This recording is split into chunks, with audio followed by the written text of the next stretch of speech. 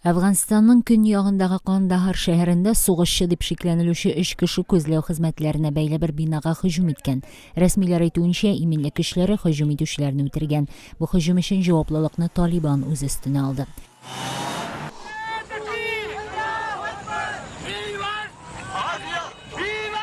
Әфганстанда АКШ хәрбиләренә һөҗүм өчен АКШ төрмәсендә утыручы хатынның сеңлесе аны иреккә чыгаруны таләп итеп, Пакистанда протест чарасы оештырды.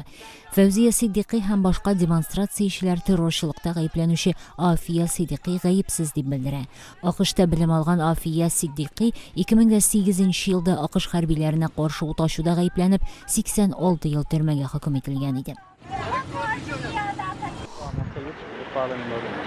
Украинаның көнбатышындагы Черновцы шәһәрендә халык илнең яңа җитәкчелегенә теләктәшлек белдереп кече Евромайдан оештырды. Роман милли ашчылыгы вәкилләре яшәгән Черновцы мәйданчылары үз тамгалары дип эт сурәтен сайлады.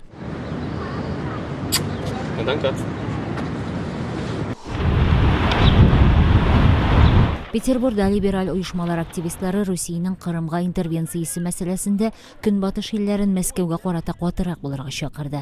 Протест белдерүчеләр Британия, Франция, Германия, Испания һәм Кушма Штатлар илчелекләре янына барды.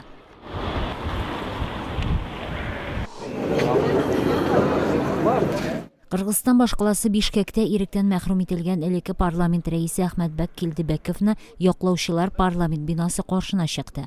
Оппозицион сәясәтче тарафдарлары аның кулга алынуы сәясәт белән бәйле ди.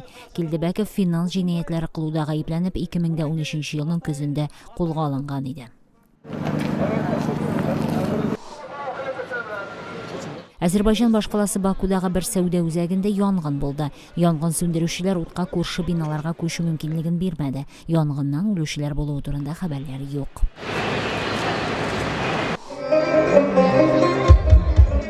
Гыйракның төньягындагы Ирбил шәһәрендә 8нче Ирек һәм Нәүрүз фестивале ачылды. Бу айдан Ирбилгә көрд, гарәп һәм башка халыкларның биючеләре җыелды. Гарәп туризмы шурасы Гыйрактагы Көрдистан башкаласын 2014 елның Гарәп туризм башкаласы дип игълан иткән иде.